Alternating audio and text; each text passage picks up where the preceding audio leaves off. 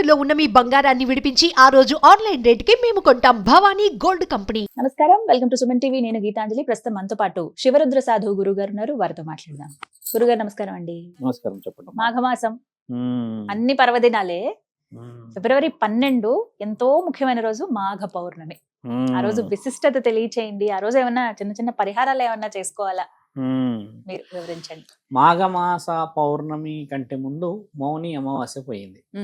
ఆ రోజు కూడా మేము ఏం చెప్పామంటే ఆ అమావాస్యని కొంచెం ప్రత్యేకతలు ఎందుకు అంటే సంవత్సరం మొత్తంలో ఈ అమావాస్యకి ఎందుకు ప్రత్యేకత, 12 నెలల్లో ఈ ప్రత్యేకత ఏంటంటే ఈ యొక్క అమావాస్య అమ్మ నీ యొక్క భవిష్యవానికి ఉపయోగపడేది అని.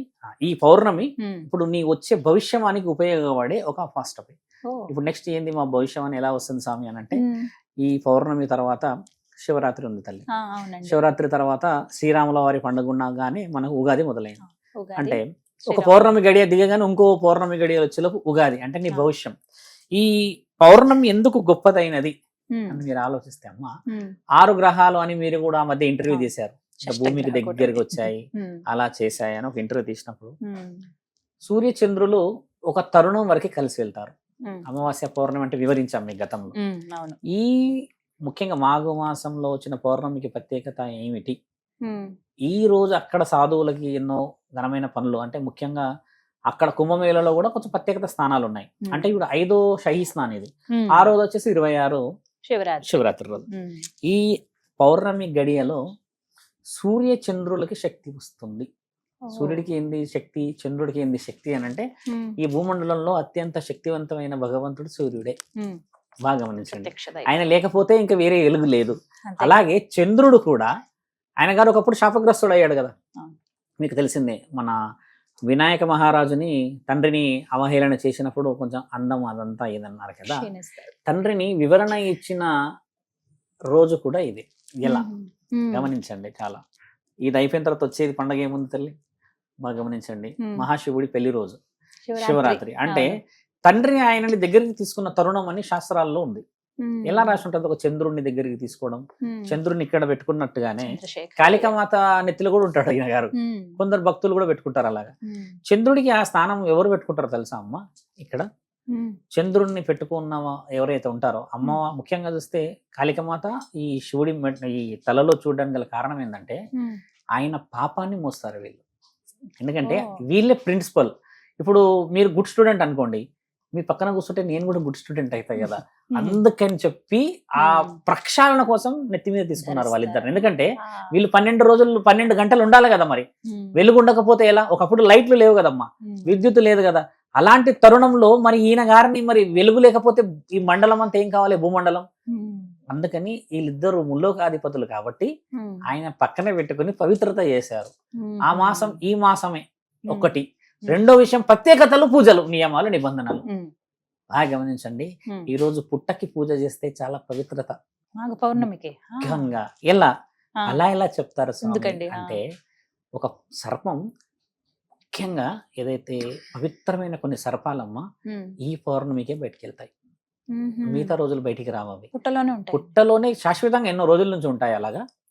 ఈ మధ్య మేము ఒక సర్పం చూసాం. సందర్భం ఉన్నదని చెప్తున్నాము. శివలింగం దగ్గర కూర్చొని ఉన్నాం, మాట్లాడుతూ కూర్చున్న తర్వాత ఒక 1.5 అవర్ అయిపోయినాక అందరు భక్తులు 11 అయితే తగ్గిపోతారు కదమ్మా. పౌర్ణమి గడియలు పడుతూ ఉంటాయి. ఆ పురోహితుడు ఏమంటున్నాడంటే ఆయన 1982 నుంచి ఉన్నాడంట అక్కడ. ఆయన మొత్తంలో నాకు 2 సార్లు 3 సార్లు కనబడ్డది స్వామి సర్పం అన్నాడు. 1982. అయితే నేనేం చేశానంటే ఒక సర్పం అయితే కంటిన్యూగా నేను ఇక్కడికి వచ్చినప్పుడల్లా 2-3 సార్లు గమనించిన, కానీ అంత గమనించి చూడలేదు స్వామి అని అన్నామ్మా. అలా అనేసేసి ఒక 15-20 నిమిషాలు ఆయన జ్యూస్ తేనికి వెళ్ళిండు. నేను వచ్చేలోపు అది 2 రాళ్ల మధ్యలో నుంచి వెళ్తుంది సర్పం. ఇంత లావు ఉందమ్మా, అమ్మో ఇంత లావు. దాన్ని గమనించి చూస్తే కానీ అది ఎంత తెల్లగా ఉందో తెలుస్తుంది. అంత వైట్ గా మెరుస్తుంది, గోధుమ రంగులో చక్ చక్ చక్ అని మెరుస్తుంది. చూసేసి అలా ఇలా వెళ్తే దాని కన్ను ఇంత ఉందమ్మా, ఈ సైజు కన్ను. ఎంత అదృష్టం అనిపించింది అంటే ఈ రోజు కనబడింది కదా అనిపించి ఆయన వచ్చినాక ఇలా ఉంది స్వామి అంటే అది ఎంత అదృష్టం స్వామి. ఒక రోజు మధ్యాహ్నం నేను పండుకుంటే పడగెత్తి నా ముందు కూర్చుంది, నా ప్రాణాలు పోయినట్టు అయింది. పడగెత్తిందంట ఆయన అమ్మడ, ఎట్లా ఎత్తు కూర్చుందంట. ఇంత ఉంది స్వామి పడగెత్తితే. అట్లాంటి సర్పాలు ఉంటాయా అని అనుకున్నా స్వామి, మీకు దర్శనం అయిందా? అది ఎంత అదృష్టమా అని అన్నాడు కదా. ఇలాంటి సర్పాలన్నీ భూమండలంలో సంచరించి బయటికి రావడానికి ఎందుకు వస్తాయంటే ఆ వెలుగుని స్వీకరించడానికి. వాటికి ఆశీర్వాద శక్తి కావాలి కదా. ఇప్పుడు భూమిలో ఉన్న వాటికి కూడా పవిత్రత చాలా ఎక్కువ ఉంటుంది, ఎందుకంటే అవి ఎప్పటికీ బయటికి రావు కాబట్టి అమ్మ. ఈ యొక్క చర్మము కాంతివంతంగా ఉంటది ఆ సర్పాలది. అవి ఎప్పుడు డస్ట్ లోకి రావు, అవి ఎప్పుడు మట్టిలో చాలా చాలా చాలా చాలా ప్యూరిఫైడ్ మట్టిలో ఉంటాయి. అవి పుట్టమన్ను ఎంత మెత్తగా ఉంటదమ్మా, అంత లోపలికి ఉండడం చేత అది ఒక్కసారి బయటికి వస్తే అమ్మ, ఆ చంద్రకాంతి పడ్డప్పుడు ఒకవేళ దర్శనం అయిందనుకో మా తల్లి, అసలు ఆ లుక్ వేరు. ఒక సందర్భం కాబట్టి చెప్తున్నాము. ఒకరోజు నేను నా భార్య నిలబడ్డాం తల్లి, ఒక ఫస్ట్ ఫ్లోర్ లో నిలబడ్డప్పుడు మా ఇంటికి ఆపోజిట్ లో ఇల్లు కడుతున్నారు. ఇల్లు కడుతుంటే బయటకు వచ్చి మాట్లాడుకుంటున్నాం 12:45 1 మినిమం. అప్పుడు మాట్లాడుకుంటే నైట్ పౌర్ణమి ఆ మూమెంట్ కూడా చాలా వివరంగా ఉంది. అదే ఏదైనా కనపడుతుందా నీకు అక్కడ అని అడిగింది. అంటే కనపడతలేదు, ఏం కనపడుతుంది, పైపు నీళ్లు కొట్టింది కదా అంటే కాదు కొంచెం మంచిగా డీప్ గమనించి చూడు అన్నావమ్మా. శ్వేత నాగు 3 రౌండ్లు వేసి ఇట్లా కూర్చుంది తల్లి. అది ఎంత ప్లెజెంట్ అనిపించింది అంటే అమ్మ, దర్శనం చూసి మళ్ళీ టక్కున వెళ్ళిపోయింది. అంటే 20-30 సెకండ్స్ కూడా లేదమ్మా, ఇట్లా కూర్చొని ఉంది. ఇట్లా పిల్లరింగ్ తవ్వుతారు కదా ఇల్లుకు, అట్లా తవ్విన దాని మధ్యలో ఒక మధ్యలో మట్టి మీద కూర్చుంది. ఇట్లా చూసి అట్లా పౌర్ణమిని చూసినప్పుడు ఎంత మనసు ఆనందమైందంటమ్మా. శ్వేత నాగు తల్లి. నేను హైదరాబాద్ లో ఒక ఇంటి దగ్గర చూసినాను నేను దాన్ని, ఎంత పవిత్రం అనిపించింది. మళ్ళీ అది ఎక్కడికి పోయింది ఏందని నేను ఎవ్వరికి చెప్పలే, ఈ రోజు మాత్రమే చెప్తున్నా. ఎంత అదొక సీక్రెట్. ఇలాంటి రోజుల కోసం ఎదురు చూడాలి మనం. ఇలాంటి అమావాస్యలు, ఇలాంటి పౌర్ణమిలో దైవ శక్తులు ఎక్కువ ఉంటాయి మన దగ్గర. కొన్ని ఆధ్యాత్మికం వదిలిపెట్టి శుద్ర బుద్ర అని మాట్లాడతారు, అది వేరు. కానీ ఇలాంటి తరుణానికి పూజ చేయాలమ్మా. ఇంటి ఇలవెల్పులకు పూజ చేయాలి. కడప కలిగి పుట్టకెళ్ళి పూజ చేయంటే మన వాళ్ళు కేవలం నాగుల పంచమి, నాగుల చవితి ఈ రోజుల్లో చేస్తారు. మిగతా రోజులలో చేయకపోతే ఎలా? మరి ఇలాంటి నువ్వు చేసుకో కదా. వెలుగులో వచ్చే జీవరాశులలో ముఖ్యమైనది సర్పమే, దానికి ప్రత్యేకమైన రోజు. ఇందులో మళ్ళీ కొంతమంది ఏం చెప్తారు, ఈ యొక్క వివరణ మన కుల దైవాలు, మన ఇలవేలుపుల ప్రత్యేకతలు వేరే ఉన్నాయి. ఇప్పుడు నేను చెప్పింది భూమికి అనుసంధానమైనది, పరమాత్ముడికి అనుసంధానమైనది. మరి ఈ మధ్యలో ఉన్నది ఎవరు? వాసుకి మెడలో ఉంటుంది. తర్వాత వాసుకి మళ్ళీ ఇంకెక్కడ ఉంటుంది? ఆ సముద్రంలో నుంచి అమృతం తీశారు కదా, కర్కాటకుడు. శివుడి మెడలో ఉన్న సర్పం పేరు కర్కాటకుడు. ఆ కర్కాటకుడు లాంటి సర్పాలమ్మ అక్కడక్కడ మనకు దర్శనం చేస్తూ ఉంటే, ఇలాంటి రోజులు చూస్తే కొన్ని దోషాలు వెళ్ళిపోతాయి కలి చూపుతోనే. తెలుసా తల్లి? అలా కనబడి అవి చూస్తేనే దోషాలు వెళ్ళిపోతాయి. అందరికి కనబడవు కదా తల్లి సర్పాలు, ఎవరికి పడితే అలా కనబడతాయి, అస్సలు కనబడవు అవి. మళ్ళీ అది పడిగెత్తి చూసింది అనుకో అమ్మ, అదొక పుణ్యం. ఇంకొకరు అంటారు పడిగెత్త కూడా నాయనకి పరిగెత్తుకొస్తుంది స్వామి అని అంటారు. ఇట్లా కొన్ని మనం చేసే దాన్ని బట్టే ఉంటాయి, కానీ అది ఎప్పుడు మనల్ని ఇబ్బంది పెట్టదు. అలా కొన్ని తరుణాలు ప్రత్యక్షంగా చూడాల్సిన పౌర్ణమిలు ఇవి. అయితే ఈ మాఘ పౌర్ణమి చాలా గొప్పది. మీరు వెళ్ళి పుట్ట దగ్గర పూజ చేసుకోవడం. పాలు పోయొచ్చండి? పాలు పోస్తారు, కానీ మనం ఎలా పోస్తారు తెలుసా? పాలు ఇంకా 20 లీటర్లు పోస్తారు అందులో. అది ఉకిరి పికిరి అల్లనే పోయేటట్టు పోస్తారమ్మా. ఆడ పెట్టిపోవచ్చు కదా. సరే ఎంత తింటది పాలు, ఎంత తాగుతుందమ్మా ఒక సర్పం? మీరు ఆలోచించండి, ఇంత తాగుతుంది కదా. ఇక అందరూ ఆ రోజు శ్రీకృష్ణుడు దేవరాయలు చెప్పిండు కదా, మీరు నీళ్లు పాలు తిండి అంటే అందరూ నీళ్లు పోసిపోతారు చూడండి. పోసి అదంతా అదవుతుంది. అలా చేయకూడదు. ఒకళ్ళిద్దరు పోసి ఆ పవిత్రత తీసుకోవడం. పుట్టమన్ను మీద ఉన్న బొట్టు చాలా మంచిది తల్లి, పెట్టుకుంటారు, అది పవిత్రత. ఇలాంటివి చేయాలి మనం. ఇలాంటివి చేయరు మనల్ని. అది పాము బయటకు వచ్చేదా కూర్చుంటారు ఇక మన వాళ్ళు. ఇలాంటివి చేయకూడదు. పవిత్రత అనేది పూజ చేయడం చాలా మంచిదమ్మా. శివుడికి పూజ చేయడం ఇంకా మంచిది. అంటే ఆయన్నే అధిపతి కదా. ఆదిశేషుకి పూజ చేయడం చాలా మంచిది. మీకు తెలుసా అమ్మా, కేవలం ఆదిశేషు గుడి గుజరాత్ లో ఉంది. కేవలం ఆదిశేషుడిదే ఉంది. ఓన్లీ కర్కాటేశ్వరుడి గుడి ఉజ్జయిన్ లో ఉంది. కర్కాటేశ్వరుడు ఇట్లా గుడిలు ఉన్నాయి కదా, వాళ్ళకి ఎందుకు ఇచ్చారు ఆ గుళ్ళు?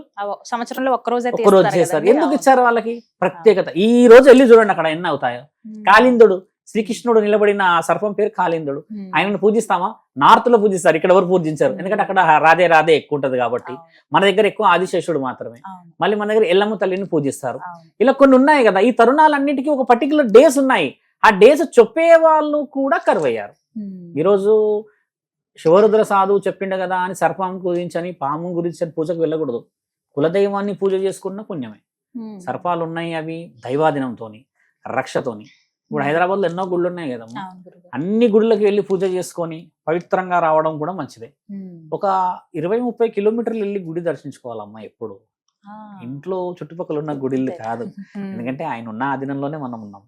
కొంచెం దూరం వెళ్తే ఆ పవిత్రమైన స్థలానికి ఉన్న పవిత్రత మన శరీరాలకి, ఆ ప్రశాంతత రావడము పొలిమేర దాటాలి కొన్ని సందర్భాలు, కొన్ని ఉంటాయి పొలిమేర దాటక ముందుకు. ఇప్పుడు మీ వీధుల్లో ఉన్న గుడి నువ్వు పొద్దున పోవచ్చు, రాత్రి పోవచ్చు, కానీ వేరే ఊళ్ళో కొంచెం త్యాగంతో కడతారు, పుణ్యంతో కడతారు. అలా ఎన్నో గుడులు లేవమ్మా, 100 సంవత్సరాల పైబడిన గుడిలోకి వెళ్ళండి, ఎంత బాగుంటది. 100 సంవత్సరాల తర్వాత అసలు ప్రశాంతమైన నిద్ర అమ్మా. ఆ రాయి, ఆ కట్టడము, ఆ వివరణ, అలా సర్పాల గురించి మాట్లాడుతూ ఉంటే ఎన్నో ఎగ్జాంపుల్స్ ఉంటాయి. హౌసింగ్ బోర్డ్ లో గుడి ఉంది, ఆ సర్పం చనిపోయిందని ఆ సర్పం సరిపోయిన ప్రాంతంలోనే గుడి కట్టేశారు వాళ్ళు. ఆ సర్పం చాలా పెద్దగా ఉండేదంట, ఎప్పుడు తిరిగేదంట, చనిపోయిందని చెప్పేసి అక్కడ గుడి కట్టారంట, పూజ చేస్తారు. అదృష్టం ఏంటంటే ఆ సర్పం చనిపోయిందని కంటి కట్టేశారు కదమ్మా, అంతకంటే పెద్ద సర్పం ఇప్పుడు తిరుగుతుంది అక్కడ. అంటే దైవాధీనం చూసారా, వీళ్ళు చూసింది ఒకటే, ఆ కొండ ప్రాంతాల్లో ఊరికే తిరుగుతుందట, వస్తుంటే పోతుందంట. ఒకరోజు ఆ ముంగడ కూర్చున్న నేను కొంచెం ఈ పంచాంగం అవి చెప్పని కూర్చున్నప్పుడు అమ్మా ఆ సర్పం బుర్రుని వెళ్ళిపోయింది ముంగడ నుంచి. ఆడవాళ్ళు ఉరుకుడే పాము వచ్చింది అని అంటే అది దాని రూట్ లో అది పోతుంది, వర్షం పడుతున్న టైంలో వెళ్ళిందమ్మా. అప్పుడు వాళ్ళ పురోహితులు అంటారు, స్వామి ఇది తీసేసినాం అనుకున్నాం, లేదనుకున్నాం కానీ తిరుగుతుందంటే అదే మనం చేసిన పొరపాటు. 100 సంవత్సరాలు చరిత్ర ఉన్న గుడిలో అమ్మా ఆయన ఎన్నైనా పెట్టుకోవచ్చు. రంగనాయక స్వామి ఆలయం అది, రంగనాయక స్వామి పడుకుంటాడే ఆదిశేషం మీద, మరి ఇంకా ఆయనకి అక్కడ వాళ్ళు లేకపోతే ఆయనకి మర్యాద ఉన్నట్ట. ఇలా పవిత్రమైన సర్పాలు ఉన్నాయి కాబట్టి వాటికి పూజ చేసే తరుణం ఇది. మీరు ఆలోచించండి ఒకసారి, ఆ పౌర్ణమి గడియలో ఒకసారి సర్పాన్ని చూసి ఎంత పుణ్యం అమ్మా. దాన్ని చూసి భయపడకూడదు. ఆ దినం అనేది పరమాత్ముడు, అది కరవాలన్నా శివుడు ఆజ్ఞ కదమ్మా. అందుకని మనం చేయాల్సినది ఇలాంటి పౌర్ణమిలు అమావాస్యలు వస్తే మొదట మన ఆత్మశుద్ధి చేసుకోవాలి. అంత పవిత్రమైన రోజులు. ఆ రోజు అక్కడ సాధువులందరూ ఎంత బలంగా స్నానాలు చేస్తారు. ఇప్పుడు ఆ సర్పం కూడా వచ్చిందంట అక్కడికి, అందులో నుంచి పడగెత్తి చూసిందంట. ఇవన్నీ ఎట్లా ఉంటాయంటమ్మా, అందరి వల్ల కాదు అవి చూడడం కూడా, కుదరదు కూడా. ఈ జూ పార్క్ కాదు కదమ్మా, ఆ పోగానే ప్రత్యేకం ఉండాలి, అదృష్టం ఉంటేనే. అదృష్టం అమ్మా. అదే తల్లి. నమస్కారం అండి. నమస్కారం తల్లి.